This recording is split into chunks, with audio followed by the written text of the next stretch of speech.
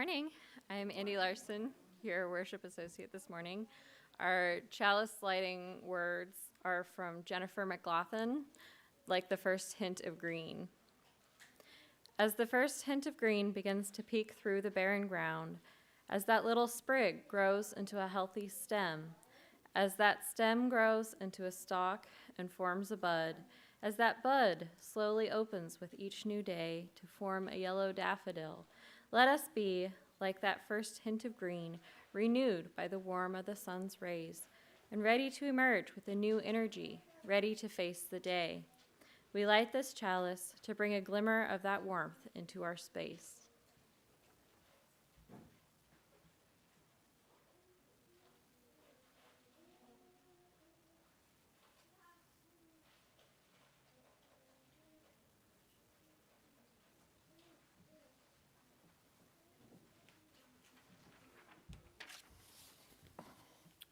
So welcome to the Unitarian Church of Lincoln on this Sunday morning. My name is the Reverend Oscar Sinclair. I'm joined on the chancel by our worship associate, Andy Larson. Over the last several years, the way we have met has often changed. But whether in person, on a YouTube live stream, or in some way of being that we cannot yet imagine, worship together is a chance to deepen our connection with the sources of meaning in our lives, and to proclaim who we are and what we are about, throwing open the doors of this congregation and proclaiming the radical hospitality, the radical love and welcome that is at the heart of our faith. The Unitarian Church of Lincoln, we say, aspires to be a loving community, uniting reason with spiritual exploration to transform ourselves and transform the world. So welcome to this place. Whoever you are, wherever you are on life's journey, whatever your age, whatever your skin color, whomever you love, welcome. May we, in our gathering here, be about the work of transforming the world. And will you please rise in body or in spirit, and certainly in song, for our opening hymn, Earth Was Given as a Garden.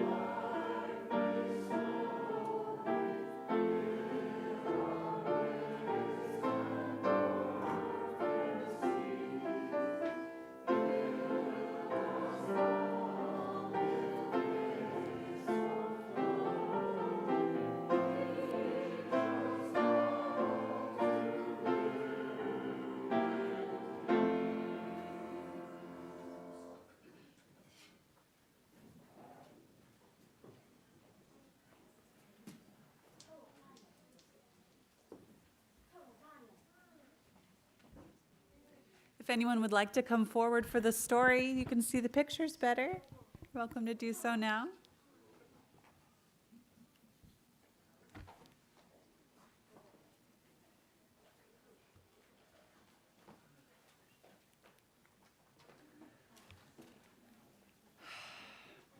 This view makes my heart really happy. So this week we celebrated Earth Day. And so today I have a story about someone who made a really big difference helping our Earth.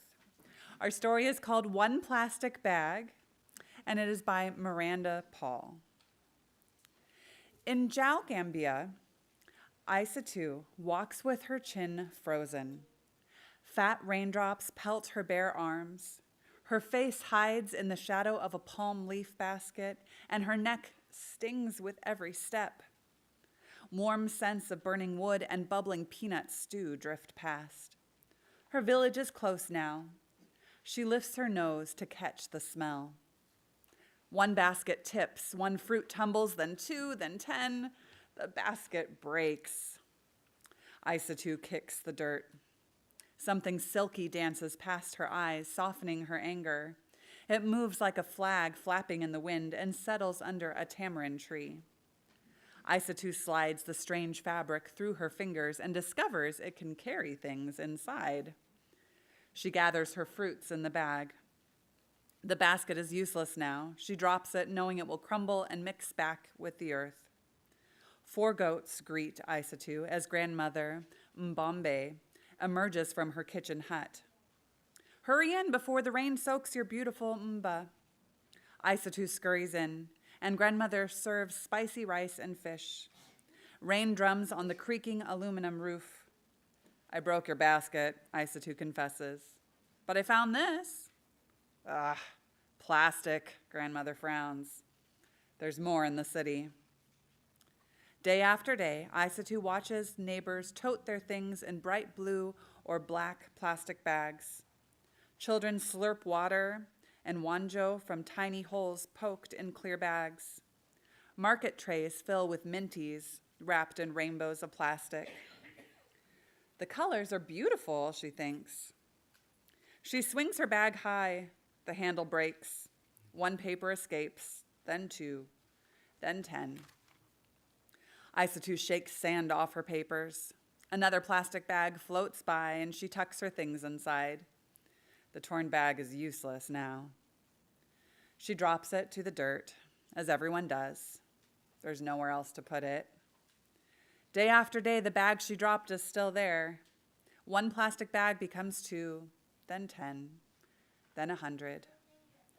Plastic isn't beautiful anymore, she thinks. Her feet step down a cleaner path, and the thoughts float by. Years pass, and Aissatou grows into a woman. She barely notices the ugliness growing around her until the ugliness finds its way to her. Aissatou hears a goat crying and hurries toward grandmother's house. Why is it tied up? Where are the other goats? Inside, the butcher is speaking in a low voice. Many goats have been eating these, he says.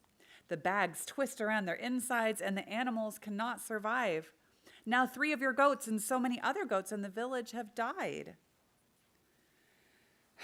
Grandmother's shoulders sag. Aissatou must be strong and do something, but what? Aissatou's feet lead her to the old, ugly road. A pile of garbage stands as wide as grandmother's cooking hut. Mosquitoes swarm near dirt pools of water along the pile. Smoke from burning plastic stings her nose. Her feet back away. Goats scamper past. They forage through the trash for food, and her feet stop. She knows too much to ignore it now. Holding her breath, she plucks 1 plastic bag from the pile, then 2, then 10, and then 100. What can we do? Aissatou asks her friends.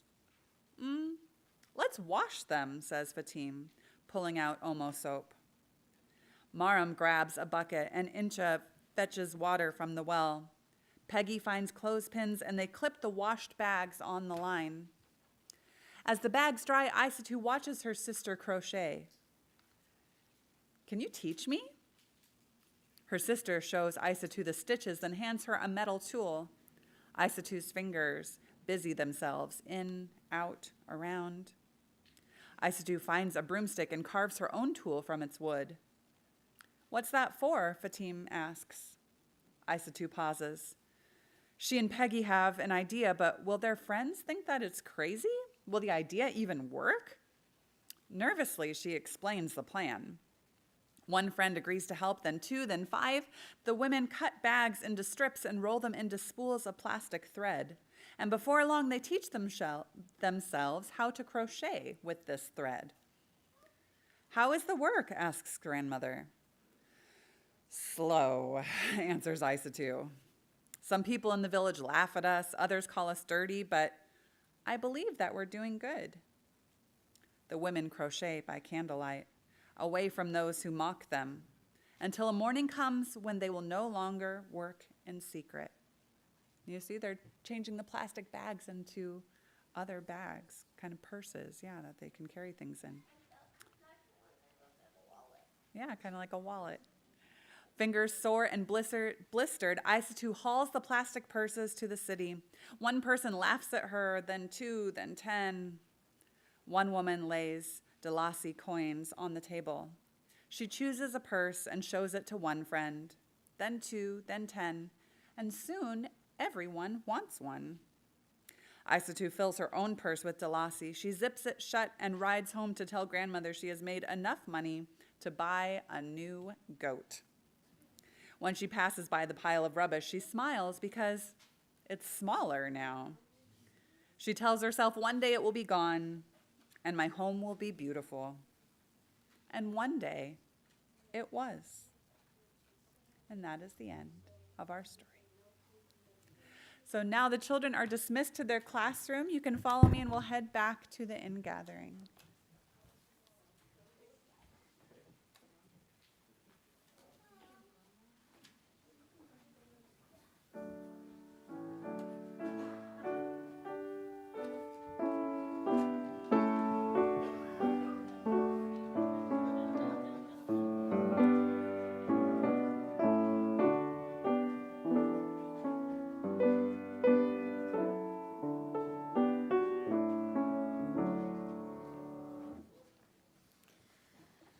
A central part of our services is the time we join together as a community to mark the moments of our lives. We share with one another our joys, our sorrows, the events that mark the steps on our journey. The threads of sorrow and those of joy are intertwined in the fabric of our lives. Present for all, remembered by all. We share those threads, and then they are woven together with those of others in our community. Our joys are shared and magnified. We are comforted in our sorrows. I invite you to type into the chat or speak into this shared space your name or the name of another you wish to be remembered in sorrow.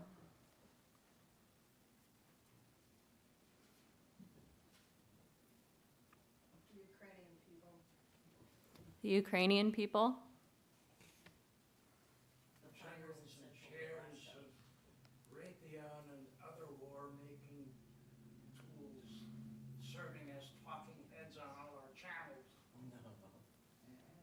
Is that in sorrow or in anger, Tom?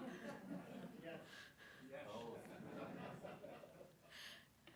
I'm sorry, there was someone over here I missed. I said the fires in central Nebraska. The fires in central Nebraska. Thank you. And New Mexico. And New Mexico. Amy Berkey. Wendy Hines. Angie.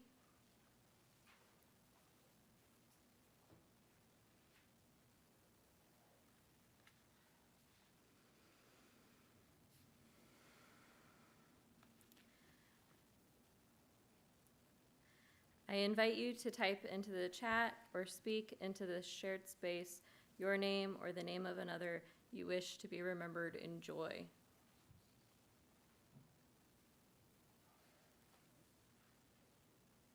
Added in sorrow, Etta and I'm not sure if the earth is in joy or sorrow.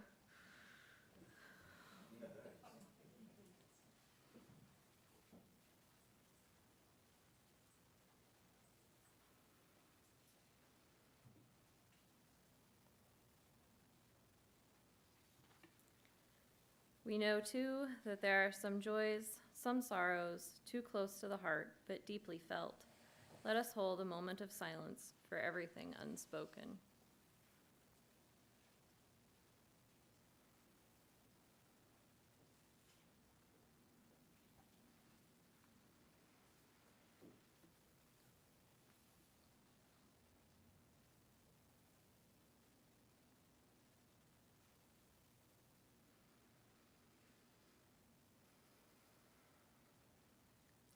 Thank you for your presence. Please remain seated and join me in singing hymn 1031, Filled with Loving Kindness.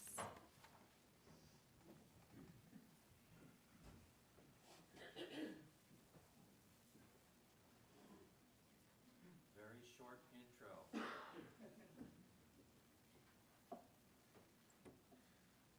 Take a minute. I'm on the wrong one. Yeah,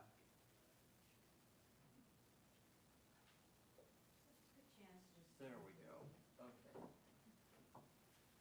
Not so short intro.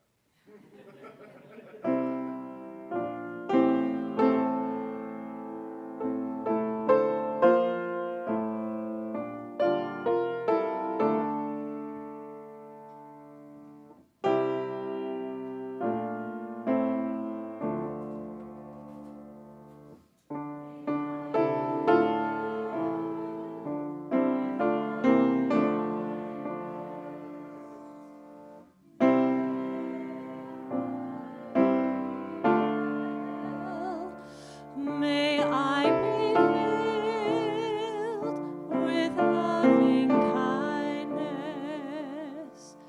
May I be well. May I be peaceful and at ease. May I be whole.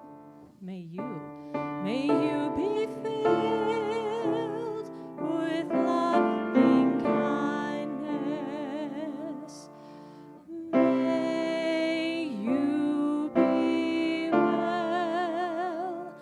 May you be filled with loving kindness. May you be well. May you be peaceful and at ease. May you be whole. May we be filled with loving kindness. May we be well. May we be filled with loving kindness. May we be well. May we be peaceful and at ease. May we be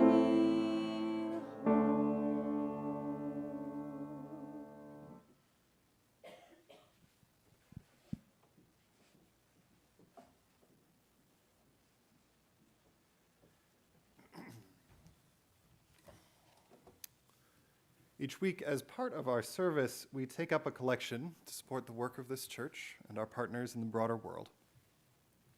Once a month, we set aside that collection to benefit a particular partner as part of our Share the Plate program that the congregation votes on every spring. Now, before I introduce this month's Share the Plate, let me put in a brief plug. The way this works is that the congregation nominates organizations in the community for us to support. At the spring congregational meeting, one of the things that the congregation votes on is what organizations will support in the coming year. As of right now, 1 week before the deadline, we have received one nomination for next congregational year.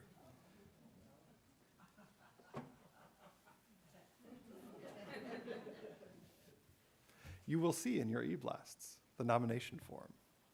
After this service, if you are so moved to stop by the church office and say, I would like to nominate this organization, please do so.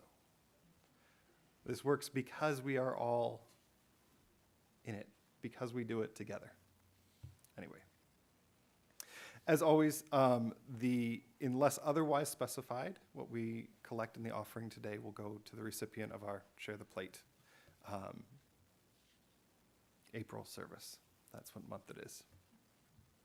So without further ado, I'd like to present the Executive Director of the Clyde Malone Community Center, John Goodwin, to talk a little bit about what you're doing over at Malone these days.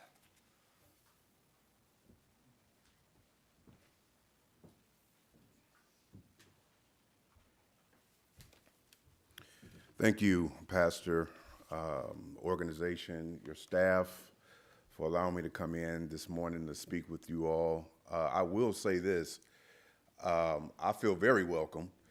I know you were sitting in front of me. You have a great voice. You were singing, and I was trying to keep up with you. I was like, who is that? It's the guy in front of me. I mean, sign you up. Let me just lip sing. But I really appreciate this opportunity to come and talk with you about the Malone Center. Malone, of course, has been around since 1955. I haven't been around since 1955, but I'm there now serving as the executive director. Our vision is to create unity and prosperity throughout Lincoln while honoring our African-American heritage. And our mission is to eliminate multi-generational poverty in Lincoln.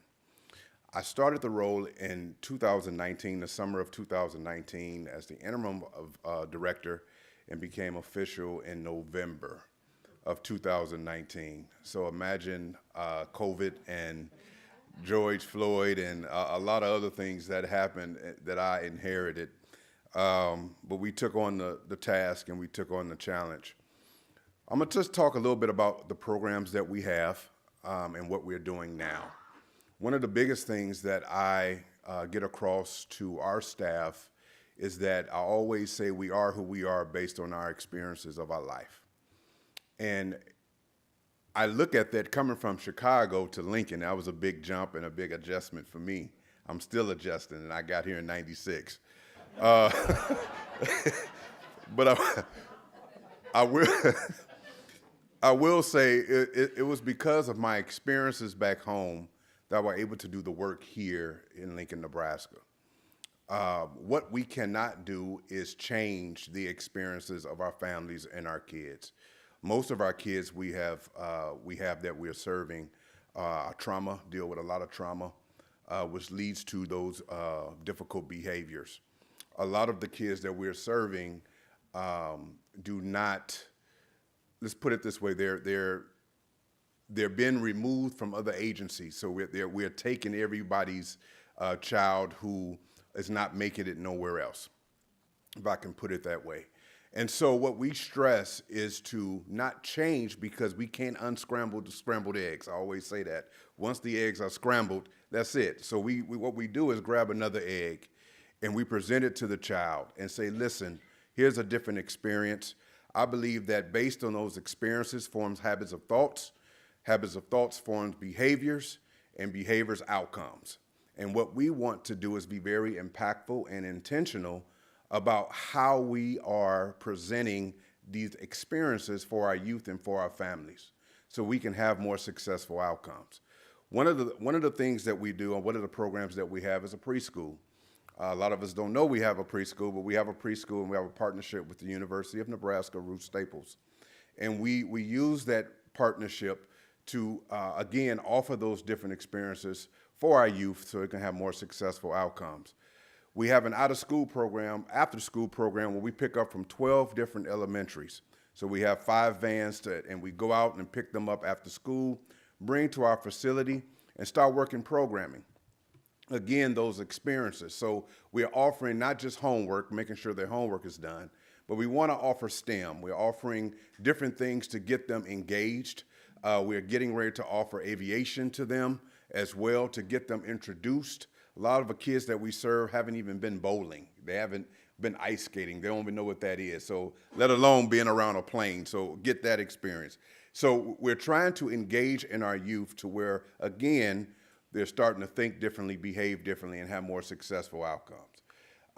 We go from gardening. Some of the programs that we have is gardening, where they're growing their own food and they're eating it. You have cooking, learning how to cook. Sometimes we have to be very careful on that because they will burn something down. Someone tried to boil something without no water. So this is why we offer these classes, so they can learn how to even boil hot dogs, right?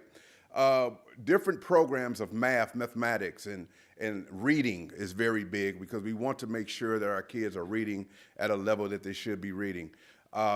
Different chemistry, biology, we're trying to introduce these things to them. So again, because they don't know what they like, so we try to introduce a lot of these programs to them so they can have more successful outcomes. We have a CLC program, which is an after-school program at Color Middle School, where there's over 200 kids in that program, again, offering those same experiences. From those youth programs, we also have a maternal wellness program. Let me back up, a teen program, where we're teaching our teens from Lincoln High, North Star, Northeast, how to be entrepreneurs, how they own their own business, taking them on trips of people who look like them that own their businesses, who are and we took a child who was not, he was a senior but had freshman credit, so that tells us that he wasn't going to school. And we took him to a business out in Atlanta where a lady started a cupcake business with the last $5 that she had. Now she's a multimillionaire with 2 locations in Tennessee and Atlanta. He heard that story and met this woman and came back, and no, he could not graduate on time, but he went and got his GED and went into Southeast Community College. So right now he's a student at Southeast Community College based on the experience that we gave him.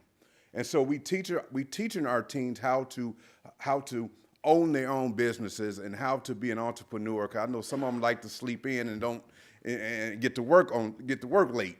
So hey, own your own business so you can get to work when you wake up, right? That was the idea. We have a Take Pause program where we work very closely with our police department. And what we're doing is that we're trying to educate both sides. We're trying to educate the police on the child and the child with the police, learning each other's verbiage, learning each other to way. And how we do that is they do things together. They eat together. They go plant trees in the community together. They go watch movies and play video games and do these things together.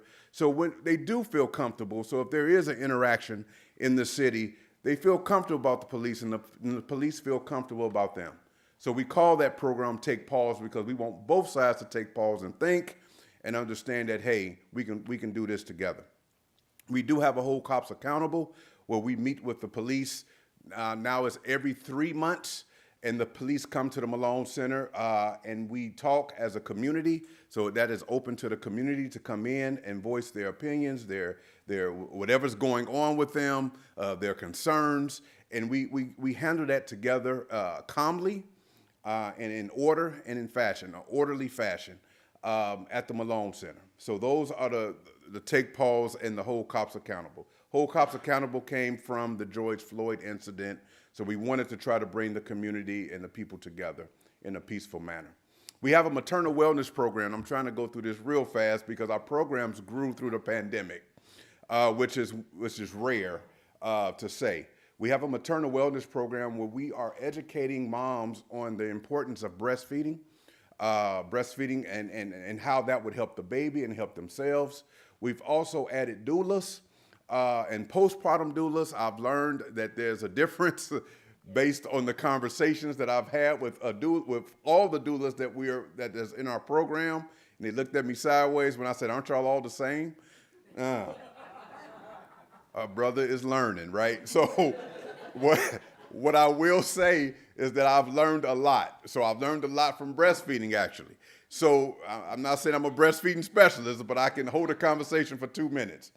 And so what we're doing is we want to make sure that we're educating our moms and our families, and also having the men to support the families, because it's very important for those men to support the moms as they breastfeed and as the babies as they're being breastfed. And those doulas are very important because they give that support to the moms during the pregnancy and even after as well. That program has grown so much that it's not just in Lincoln, but it's also in North Omaha. Creighton University have asked us to come down. They heard about our program. We serve about 30 moms here and about 25 in Omaha right now. And we had to stop because we're running out of doulas and support.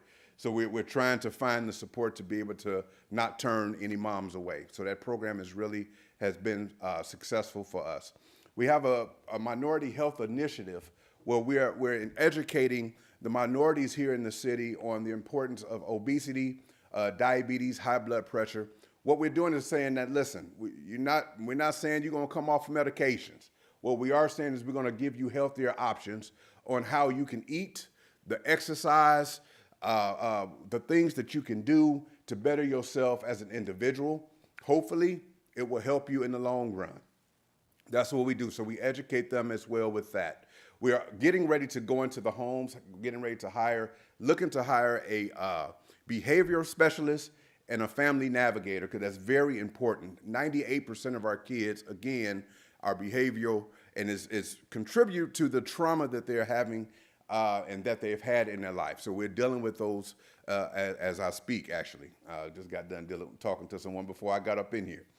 The program that we have that we're excited about is the sports program. I like the sports program. Sports has saved my life. Sports has kept me from gangs. Sports has kept me from being killed. Sports has kept me from being locked up. And so I'm a very big advocate on sports. And so we introduce all sports to all kids in the community. We use sports as a hook, the worm on the hook, to get them to learn technology and coding. We're just not saying you're going to go out here and compete and play some sports, but what we are saying is on the back end of that, we want you to learn technology and coding. Everybody's not going to make it to the NBA and the NFL, right? So you need something to fall back on. We want to smarten you up as you're playing in your sport activity. That is the Malone Center in a nutshell, in a quick summary of what we do. We are very active and very intentional about what we do. We hold everybody accountable. What we say we're going to do, we're going to do. And that's from Omaha, and that's from Lincoln, and from all other places in Nebraska that we have been and that I have talked to. I will say that this church right here has made me feel so much at home that I'm not trying to give the sermon, Pastor, but I feel very comfortable up here. And that speaks highly of your leadership for someone like me to be able to come in and feel comfortable and sit among you all. And I think that's where we want the Malone and not just this church, but the city of Lincoln to be able to feel comfortable, to be able to support each other in every aspect, to eliminate multi-generational poverty. That is so hard to do, because when you grow up in a certain way, you're accustomed to thinking in that way. I mean, I can take someone to the south side of Lincoln and they still have that poverty mentality. So what we're trying to do is be very intentional about our programmings, offering these programmings to hope and pray that it change the way they think, so the behaviors and the outcomes will change. Thank you so much. The upcoming event, and someone told me to say that, we've passed through all of the events that we've had right now. The upcoming event that we have, this is the second largest event that Lincoln has, is Juneteenth. Please feel free to come and celebrate with us. There'll be live music. I'm listening to you guys. Y'all was rocking over there this morning. I'm like, look, if y'all want to play at Juneteenth, let me know. But Juneteenth is a great celebration for all of us to come together and to celebrate eat great food, listen to great music. There's a lot of vendors there. There's a lot of information that you can grab there. Feel free to come.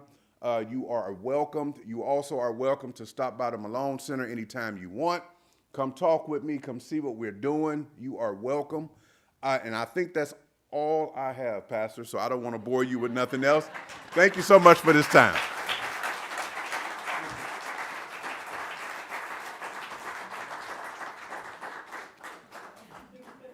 So the ushers will now come forward and pass a plate. As a reminder, too, you can give by texting UC Lincoln and the amount you wish to give to 73256, just in case you didn't bring any cash.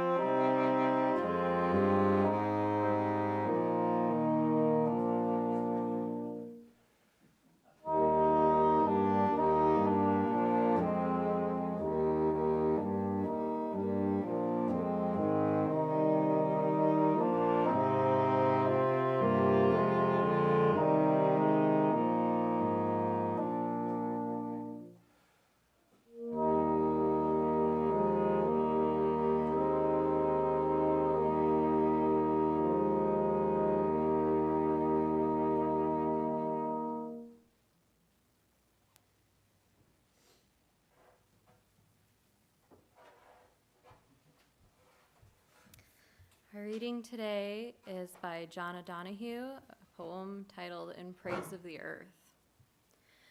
Let us bless the imagination of the earth, that knew early the patience to harness the mind of time, waited for the seas to warm, ready to welcome the emergence of things dreaming of voyaging among the stillness of land. And how light knew to nurse the growth until the face of the earth brightened beneath a vision of color.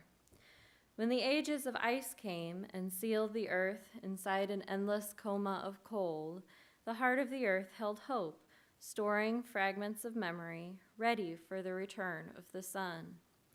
Let us thank the earth that offers ground for home and holds our feet firm to walk in space open to infinite galaxies. Let us salute the silence and certainty of mountains, their sublime stillness, their dream-filled hearts. The wonder of a garden, trusting the first warmth of spring until its black infinity of cells becomes charged with dream. Then the silent, slow nurture of the seed's self, coaxing it to trust the act of death. The humility of the earth that transfigures all that has fallen of outlived growth. The kindness of the earth, opening to receive our worn forms into the final stillness. Let us ask forgiveness of the earth for all our sins against her, for our violence and poisonings of her beauty. Let us remember within us the ancient clay holding the memory of seasons, the passion of the wind, the fluency of water, the warmth of fire, the quiver touch of the sun, and shadowed sureness of the moon, that we may awaken to live to the full the dream of the earth, who chose us to emerge and incarnate its hidden night in mind, spirit, and light.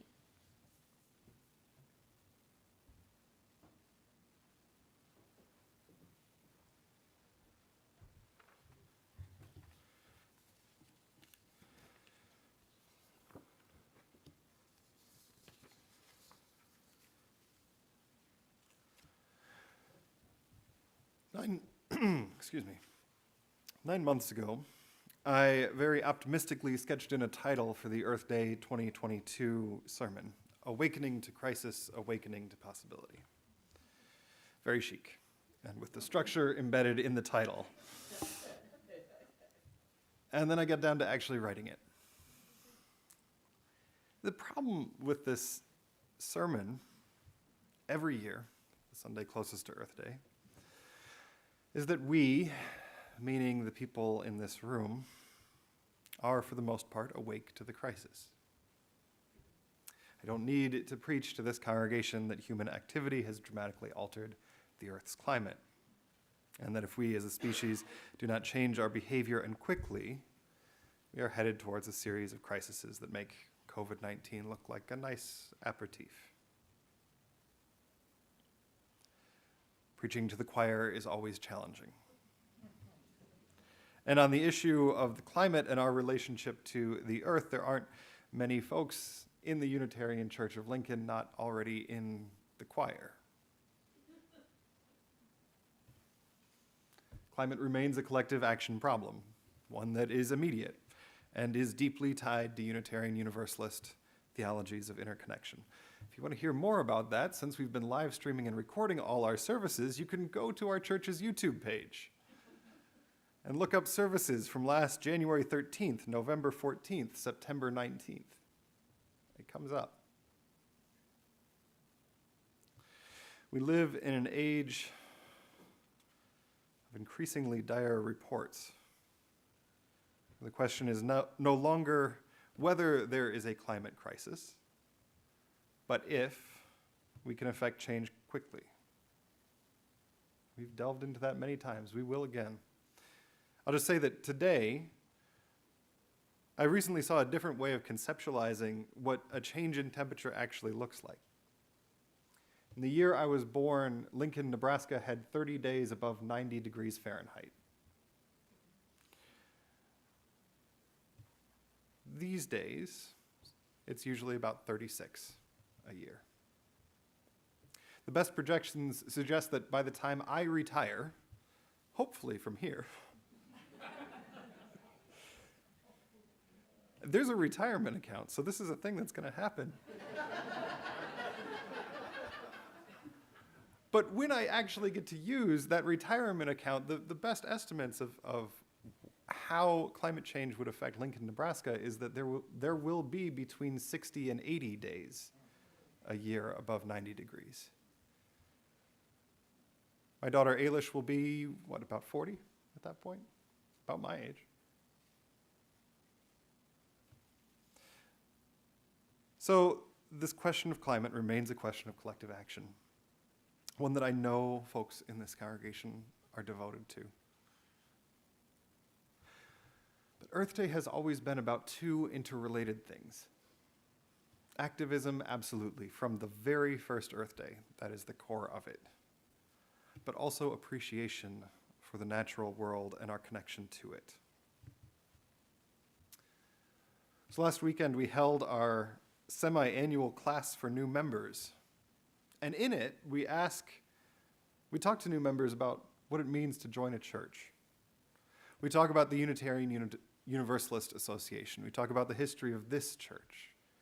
We talk about the history of this renovated church, putting solar panels on the church, putting geothermal out in the parking lot, making this a sacred space where our values are lived, where we very literally set our aspirations in stone and solar panels. And then we ask people joining the church, what's holy ground for you? Where have you experienced the sacred? And in 5 years of asking that question to every new member that has joined this church, there is one answer that almost always comes up first, by general agreement: being outside in nature. Over the years, I've heard stories of snowstorms, hiking, beaches, and canyons. For me, I talk about being in elementary school and watching thunderstorms roll in over Indiana cornfields. Each time we do that exercise, It feels like a blessing, a reminder of something larger than ourselves. What John O'Donohue says offers ground for home and holds our feet firm to walk in space open to infinite galaxies. We are grounded and our mind is expanded. Elsewhere, O'Donohue writes, this is in the To Bless the Space Between Us, the sacred art of blessing. When a blessing is being invoked, time deepens until it becomes a source from which refreshment and encouragement are released. As Yeats says, feeling I was blessed and that I now too could bless. Whenever one person takes another into the care of their heart, O'Donohue writes, they have the power to bless. There are things we never do simply because it never occurs to us to do them. To bless someone is to offer a beautiful gift. When we love someone, we turn towards them with our souls, and the soul itself is a source of blessing. Blessing is a bit of a lost art in our tradition. It is a way to articulate hope and love aimed at someone else. To bless is to put into words your hope and love for another. And to be blessed is to be the recipient of love. That's really all it is. We don't do it often. Maybe because the word, like so many, carries connotations beyond taking another into the care of our heart. Or maybe it's because we are caught up in this question of who blesses. Right? There are traditions out there that restrict certain blessings to certain people. Only priests can consecrate the sacrament. To which I reply, in the fullness of our particular theological tradition, baloney.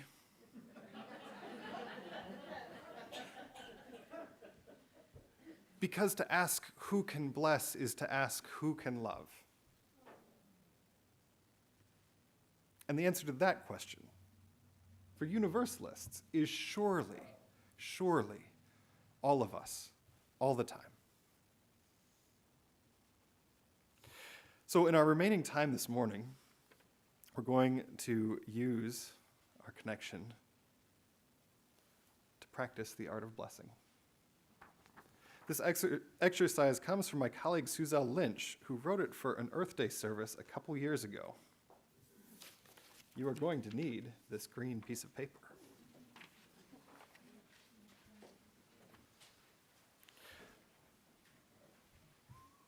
So assuming that the experience of 5 years of new member classes is true, and that many of you feel a deep connection to nature in some way, what does that connection look like? Do you love walking outside in springtime and seeing daffodils bloom? Do you love the songs of the birds or the rushing sound that a river makes? Maybe you love the good food we get to eat. All of those are blessings. So today, 2 days after Earth Day, we're going to do something that Suzelle called the Earth Blessings Blender, as a way of sharing with each other something we love about the earth. So on your seat, there's a small green piece of paper with an image of the earth on it. So everybody is going to need one of these. You are also going to need something to write with. If you do not have anything to write with, the ushers have pens. So make yourself known if you need something to write with. And keep your hands up for a minute while Bob and Jackie come through. If you are on the live stream, the 35 of you, take a moment and go find a paper and pencil somewhere nearby. We're going to want you to actually write this down.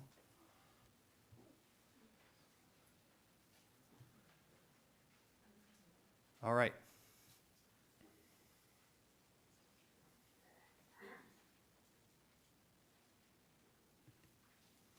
Everybody good? Everybody have a piece of green paper, something to write or draw with? In a moment, I'm going to ring this bell. And when I do, I want you to take a moment and think of something you love about the earth.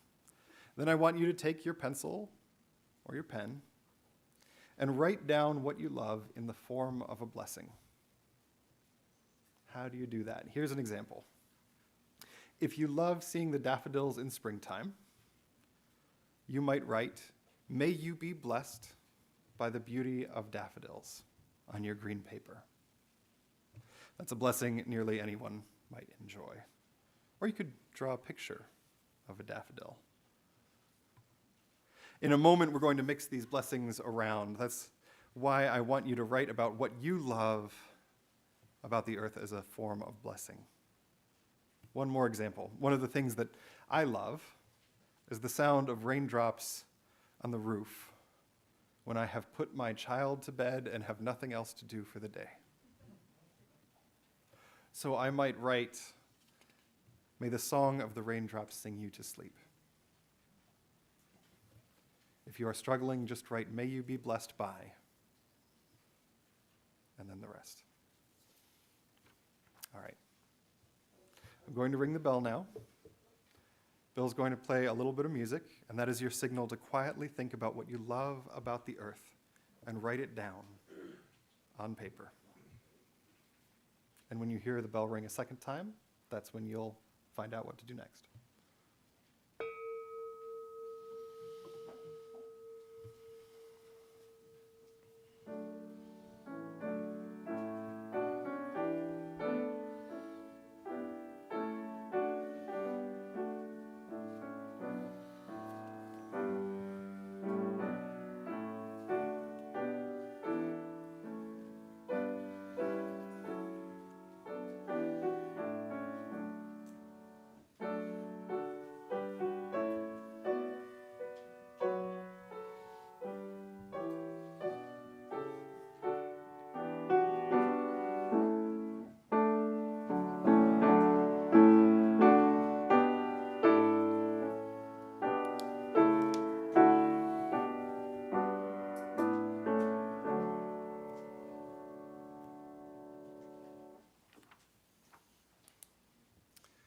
The next part is that we are going to mix up these blessings and connect with each other at the same time. So, when I ring the bell again, I'd like you to take your green paper and fold it in half.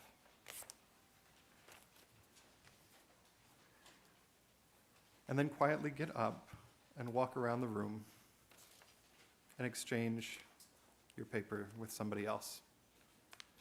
And then exchange it again. By the end of this, you should end up with a paper and have no idea who in this room wrote it. And this part's very important. Please do not open the papers each time you exchange one with somebody. Just keep moving around and exchanging them until you hear the bell ring again.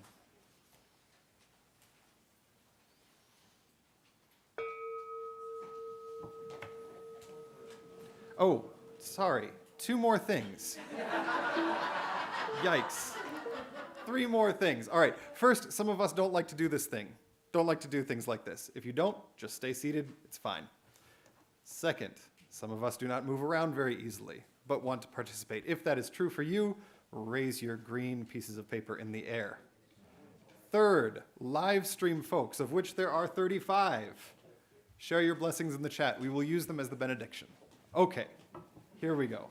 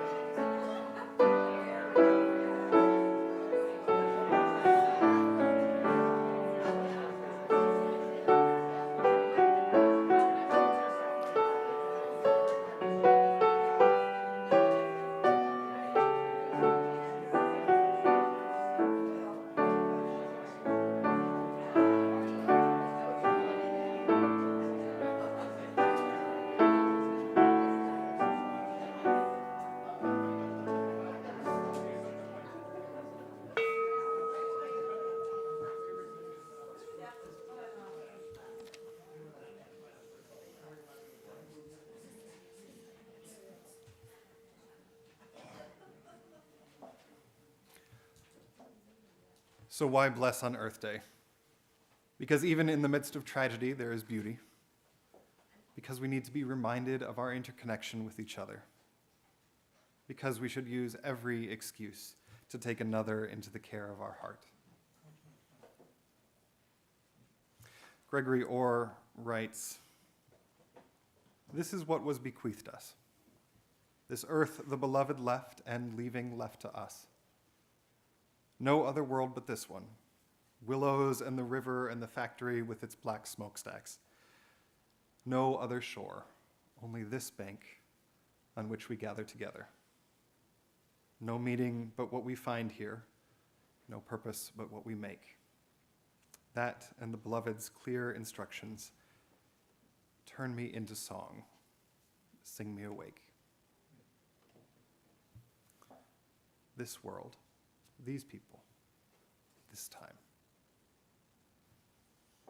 Open your blessings."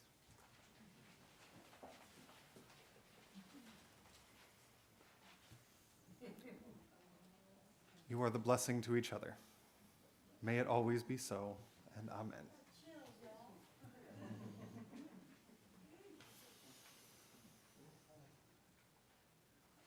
Our closing hymn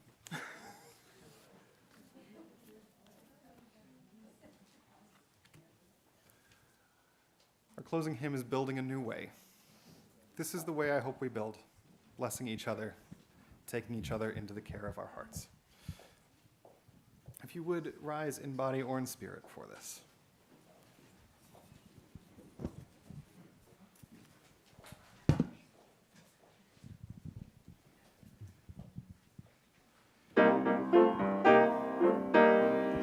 We are building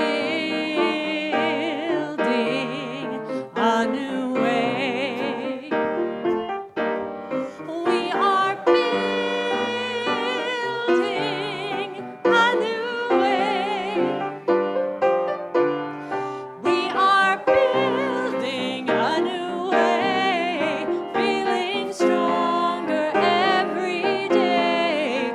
We are building a new way. We are working to be free. We are working to be free. We are working to be free. Hate and greed and jealousy. We are working to be free. We can feed our every need. We can feed our every need. We can feed our every need. Start with love, that is the seed. We can feed our every need. Peace and freedom is our cry. Peace and freedom is our cry. Peace and freedom is our cry. Without these, this world will die. Peace and freedom is our cry.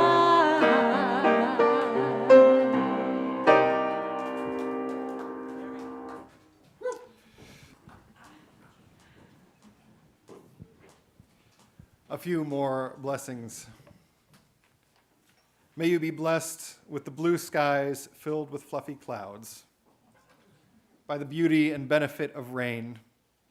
May the sun fill your heart with warmth and gratitude. May you be blessed by the warm sun, a cool breeze, and the view of a far horizon. May you be blessed by the beauty of crocuses, May you be blessed by the sound of waves hitting the beach, the sound of the ocean's tide at the shore, the magnificence of snow-capped mountains, the beauty found in each of the changing seasons. May you know the cool, gentle touch of the ocean waters rippling across your bare feet as you stand on wet, soft sand. May you be blessed with viewing the astounding diversity of the earth. May you be blessed by the sweet smell of approaching rain, the majesty of the mountains. May you be blessed to notice the many shades of green as they reappear, and may you be blessed by birdsong filling the air. Go in peace, everyone, and amen.